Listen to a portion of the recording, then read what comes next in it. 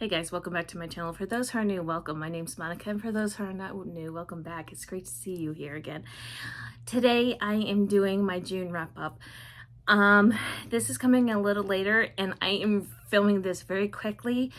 I had a full house this last week.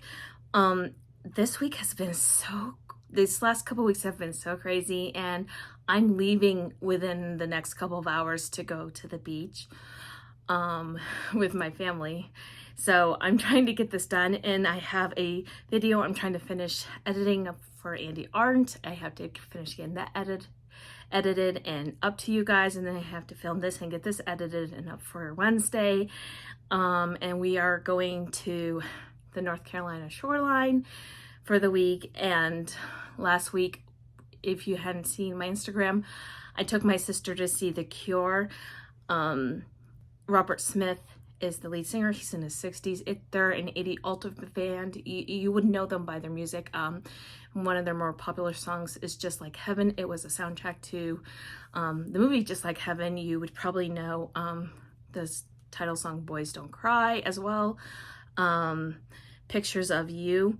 Those are some of their, also as well as Friday I'm in Love. Those are some of their more popular ones. So anyway, it's been very crazy. I've been on the road a lot for the last 2 weeks, doing all these trips, getting everything taken care of, doing meetings and stuff for my son, getting him ready. He was supposed to go to transition to another group home, which is the reason why I had to sell my ticket to Book Bonanza. Unfortunately, that did not happen. It's been pushed back, so we are getting that taken care of. So I've had a lot going on, and so I've been trying to get this taken care of. Well, everybody left a little early, so I stayed behind so I could film this and take a nap, because I really needed a nap. So now that I'm awake, we're going to do this very quickly, and then hopefully get this edited very quickly and out to you as soon as possible. So let's just get into the stats, and I will quickly go over through everything as fast as I can. And if I'm over talking, I'm sorry, or stumbling over my words. I'm trying to do this as quickly as possible because I want to get to the beach. Let me focus and do this video. So in the month of June, I read 30 books. And I had 11 favorites. So I felt like that was a great reading month for me, because if you remember in May, I only had 4. So I feel really accomplished. For my star ratings, in the month of June, I had 0 rereads. So I did not read anything. I had 11 5 stars, 6 4.5 stars, 6 4 stars, 3 3.5 stars, 4 3 stars, 0 unrated, and 0 DNFs. So I feel good. I feel really good about what I read. For breakdown in genre, for historicals, I read 3 historicals, 7 contemporaries, 7 sports romances, 6 romantic suspense, 1 fantasy romance, although it's probably more fantasy than fantasy romance, 1 paranormal romance, 1 that's really dark, taboo, etc. Actually, it's more like 3 of them. I'm sorry. So it was 3. And then 1 mafia, and then 1 thriller. And that thriller was just straight thriller. It wasn't romance at all. Oh, before I do that, my favorite book that I read in June is Long Shot by Kennedy Ryan. My second favorite would be On Thin Ice by Elle Cotton. And then my third would be Crimson River by Devney. So as for my TBR, there's a couple that I did not get to. I did not get to the Connie Mason book. There was just no time. There was a lot, like I said, I had a lot going on. I finished my job for the summer, and honestly, I go back to work at the end of July. So I really have a short summer this summer. So, and then with Knotted, I wasn't feeling very dark. I just did not want to read a Pam Godwin book because I was afraid that I was going to DNF it, because I was not feeling how dark that book was. I feared that book was going to be. So I didn't want to do that. But also, that was not on my June TBR that I did read, and that was on my 12 books from 12 friends. That was boyfriend material. I wanted to read it in June.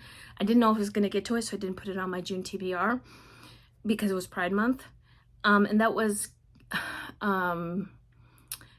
recommended to me by a friend of mine. And that was off of 12 books recommended to me by 12 friends. And this brings me to the next part of this video, is books that I read that I want to talk a little more about. And that would be the one that was off of my TBR that I do want to talk about, is him, because this was the next book that was the last book off of my 12 books from 12 friends. I have completed that TBR. That one is completed in the month of June with him. That one was recommended to me by Victoria from Victoria Reads Romance. I ultimately gave that one 4 stars. That was Sarina, Bowen, and Elle Kennedy. That one was Jacob Morgan and Teddy Hamilton. Here's the thing with this one. I really loved the romance. Friends to Lovers is not my favorite. It's a hard sell for me because I'm sorry, I don't remember their names. I don't really have, like I said, I'm all packed. I have my computer packed away. I'm doing this on my cell phone, getting ready to leave for the beach. So I'm sorry, this is really rushed. I think my issue was, as I could feel the age of the book. I didn't feel the connection completely with it. I feel like there's so much, there wasn't enough tension between the best friends. I feel like there could have been more attention. I feel like there could have been more angst. That's where my problem was. I feel like it was for them to get together as fast as they did. I mean, yeah, there was the time jump, but because the guy ghosted the other guy, he was okay with it. So ultimately I gave him 4 stars, simply because Friends to Lovers is incredibly hard to pull off for me. I don't particularly like Friends to Lovers. It's because you don't have that angst. It's generally a very quiet, sort of slow burn. And I like slow burn and I like quiet. However, it was too easy. I needed more angst. I needed more drama for how they got together. It was, the one guy was ghosted from the other guy because the other guy was too scared that he ruined their friendship. And they just, years passed and then they picked up where they left off, and there needed to be more consequences to the guy ghosting the other guy. I cannot remember their names. I'm sorry. Everything's packed because I have to be going very soon. Yeah, so that was 4 stars. I really did enjoy the story. It was well crafted, well written, and I do love a good hockey romance, and I'm glad I did take a chance on it. The next book I want to talk about is my favorite of the month was Long Shot. Now, I've talked about this one a couple of times in different videos because August was just so fantastic. The way he treated Iris, the way he took care of her. I mean, giving up that contract to make sure that he was in the same city as her to take care of her. He didn't completely know what was going on with her. The way he supported her and loved her, and even her daughter. And oh my gosh, Kennedy Ryan can write angst. She can write emotions. She can make you cry. She can pull it out of you. Like, there's only one other author that can pull that type of emotions out of me, and that is Rebecca Yarros. Those two really put you through it. I loved the character's development that August and Iris both go through. I felt like they both worked for their HEA. I felt like they both went through separately and equally how they had to work to get to from the very beginning to the very end. I felt like they were working hard to get out of the situations that they were put into, and choices that they made, and choices that were made for them, whether they knew about those choices or not. And I loved how Kennedy Ryan used care when she was talking about domestic violence. So you really do need to check trigger warnings when you are reading Long Shot. It is one of the best books I've read this year, and it will be on my best of 2023 list for sure. Okay, another book I really want to talk about. It was the book I needed to read when I read it because it was so much fun. It was Close Quarters by Kandi, Steiner. I gave this book 5 stars. Holy crap. I had a lot of fun with this book. It was Aspen and Theo's story. Aspen was with Joel. Joel worked on Theo's yacht. Theo is a billionaire. This has cheating in it, but I honestly didn't care. And I do care about cheating, but Joel was just such a piece of crap boyfriend. Human, actually. He was just a horrible human being. Theo, really, he looked at Aspen and was like, mine, from the very beginning. And he was patient with her. And they just developed this relationship that was just really beautiful as it developed. And I loved it was very atmospheric as they go in this really large, very ornate yacht, and then go through different parts of Europe. They go through France and Italy and all this in these different, and Greece. They go to Sardinia. The one thing about, because I did listen to this on audio when I was driving to go pick up my sister and my nieces for the concert, because I had to go pick them up. I had to drive from almost 5 hours from my house to my sister's house, and then we had to drive from my sister's house over 5 hours from her house down to Georgia to go to the concert. So I listened to Close Quarters from my house to my sister's house. The narrator kept pronouncing Nice wrong. She kept pronouncing it nice. It's Nice. It's actually pronounced Nice. She kept pronouncing it so wrong that I actually looked it up to make sure that I wasn't pronouncing it incorrectly, because I've been to Nice, France. I've been to Nice and to Monte Carlo and to Monaco, and I've always pronounced Nice because when I was there, they would always pronounce it Nice, so that's how I've always pronounced it. So yeah, she pronounced it nice and not Nice. And I was like, what? It didn't distract it. I gave it 5 stars, but I was like, okay. So that did not negate the fact that this was so angsty, so over top, wonderful angst. I loved it. I loved the fact that Theo did not push Aspen into making any decisions that she was not comfortable into making, whereas Joel was trying to push her over to making decisions that she was not comfortable making. I just love this book. It was 5 stars. It was a good old time. It was atmospheric. It was a good summer read. I highly recommend to read this. I wish I had waited this week on the beach to read it, honestly, because it would have been a great beach read.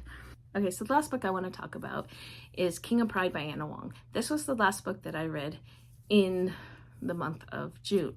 I gave this book 4.5 stars. It was such a nice surprise.